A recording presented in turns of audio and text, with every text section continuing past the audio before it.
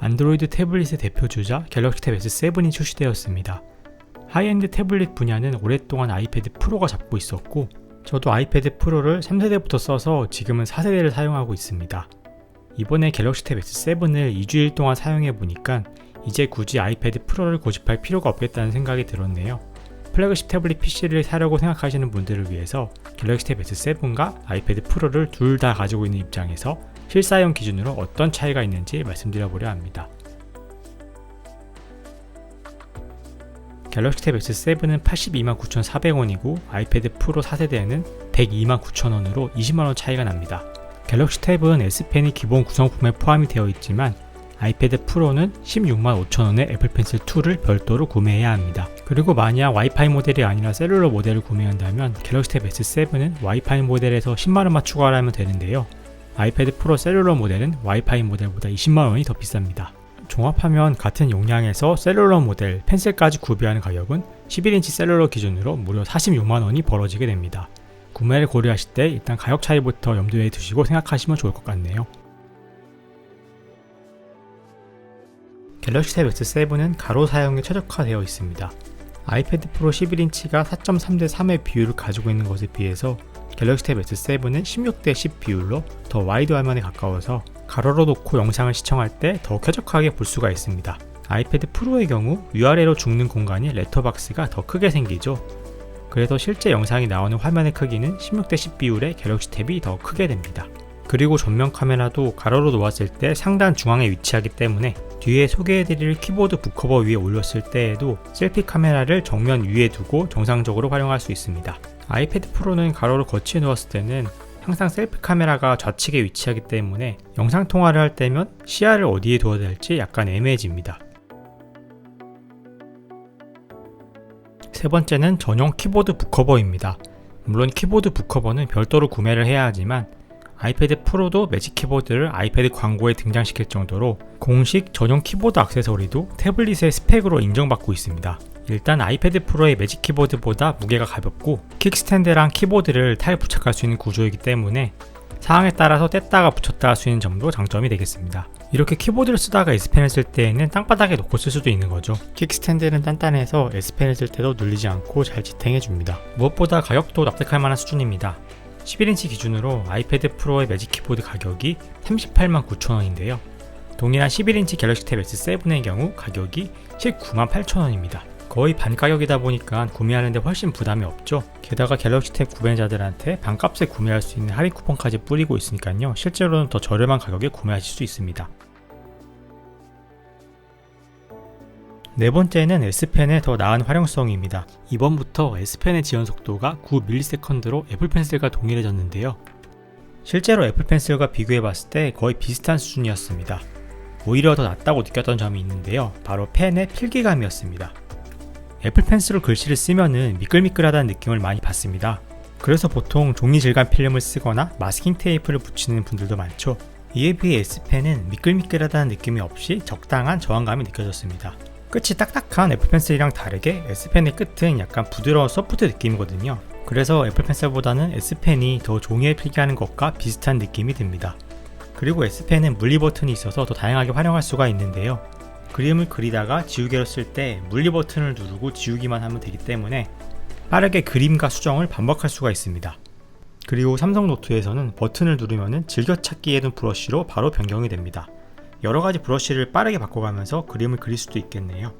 애플 펜슬 2도 이렇게 측면 터치로 지우개를 선택할 수가 있긴 하지만 아무래도 두 번 톡톡하는 시간과 물리 버튼을 한번 꾹 누르는 시간은 차이가 좀 있죠. 그리고 이건 한두 번 하는 게 아니라 반복을 계속 하게 된다면 더욱 큰 차이가 될 것 같습니다. 무게도 S펜이 훨씬 더 가벼워서 드는데 부담이 없습니다. 애플 펜슬 같은 경우에는 꽤 무거워서 떨어뜨리기라도 하면 걱정부터 되더라고요. 그리고 웹서핑을 하다가 이렇게 S펜 버튼을 누르면 뒤로 가기가 되고 두 번 누르면 앞으로 가기가 돼요. 이외에도 여러가지 부가 기능에 S펜의 버튼을 매핑해서 쓸 수가 있습니다. 다섯 번째는 지문 인식의 장점입니다. 애플의 페이스 아이디가 편하긴 하지만 지금처럼 마스크가 일상화된 시대에서 얼굴을 인증하기 위해서 마스크를 벗어야 하기 때문에 불편함이 더 커졌는데요. 이에 비해 갤럭시 S 탭에 탑재된 지문 인식은 정말 빠르고 안전하게 본인 인증을 할 수가 있습니다.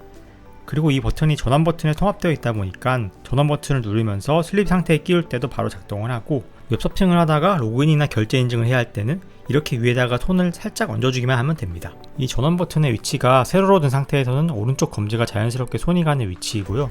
가로로 거치해 주었을 때도 위에 버튼이 위치하다 보니까 자연스럽게 손가락을 위에 올려놓기만 하면 바로 인증을 할 수가 있습니다. 인증 속도도 매우 빨라서 사용하기에 아무런 불편함이 없었습니다. 여섯 번째는 SD카드 지원입니다. 애플 기기들은 전통적으로 SD카드 슬롯을 지원하지 않으며 내장 메모리 크기에 따라서 큰 가격 차별화를 두고 있습니다. 갤럭시 탭 S7의 경우는 1TB까지 SD카드 확장을 지원합니다. 용량 걱정 없이 마음껏 작업에 활용할 수 있다는 얘기지요. 단순히 대용량을 지원하는 것 이외에도 이런 SD카드 슬롯이 있으면 이렇게 촬영한 사진이나 데이터를 바로 갤럭시 탭으로 옮겨서 업로드하는 것도 가능합니다. 저렴하게 용량을 업그레이드할 수 있을 뿐만 아니라 태블릿의 생산성과 파일 관리의 편의성도 한 단계 업그레이드 된다고 보시면 되겠습니다. 참고로 아이패드 프로는 SD카드를 옮기려면 이런 젠더를 항상 휴대해야 하지요. 일곱 번째 장점은 3분할 화면 제공입니다.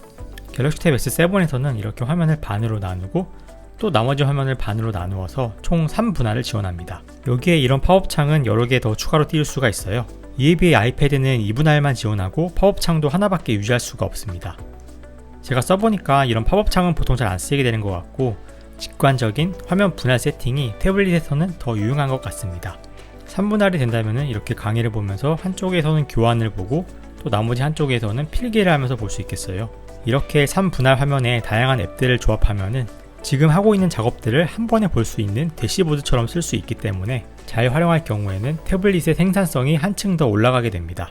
사전에 설정해 놓은 화면 분할 조합을 엣지 스크린에 저장해 놓을 수도 있어서 접근성도 더 좋고 활용성도 더 좋아진 것 같습니다. 여덟 번째는 갤럭시 스마트폰과의 완벽한 연동입니다. 이 부분은 갤럭시 폰을 쓰는 분들에게만 해당하는 사항이라고 할 수 있겠네요. 갤럭시도 이제 아이폰, 아이패드 못지않게 매끄러운 연동을 지원하고 있습니다. 갤럭시 폰의 전화번호를 태블릿에 입력하면 갤럭시 탭에서 문자와 전화번호를 주고받을 수도 있고, 삼성 플로어를 통해서 사진과 같은 자료들을 주고받을 수도 있습니다. 그리고 삼성 플로어를 통하면 스마트폰 화면을 태블릿에서도 볼 수가 있는데요.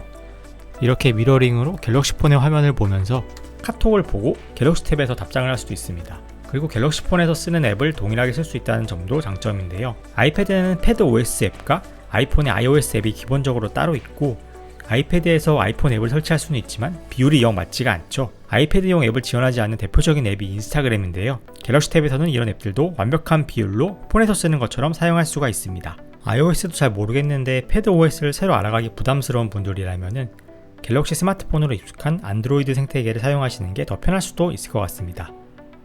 여기까지가 갤럭시 탭 S7이 아이패드 프로 대비 갖는 장점들을 살펴봤는데요. 그래도 저는 아이패드 프로를 쓰게 될 것 같습니다. 그 이유는요.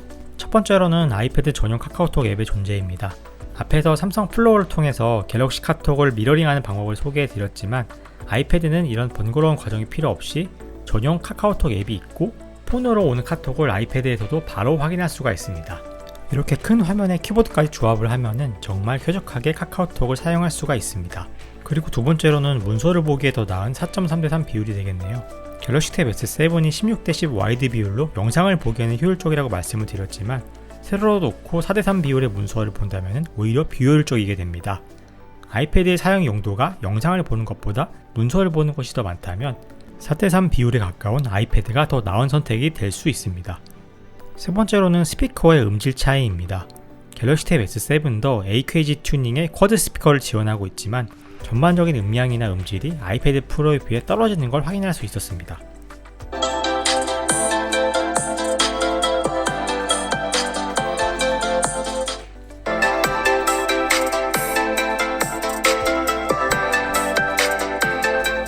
네 번째로는 강력한 애플 기기 간의 연동이 되겠습니다. 사실 이것 때문에 아이폰을 쓰시는 분들은 그냥 아이패드를 사셔야 돼요. 아이클라우드를 사용한 막강한 연동은 한번 맛을 보면 헤어나오기가 어렵죠. 다섯 번째로는 아이패드의 다양한 앱 생태계라고 할 수 있겠습니다. 태블릿 PC를 처음 도입한 디바이스답게 앱스토어에서는 아이패드에 특화된 다양한 앱들이 존재합니다.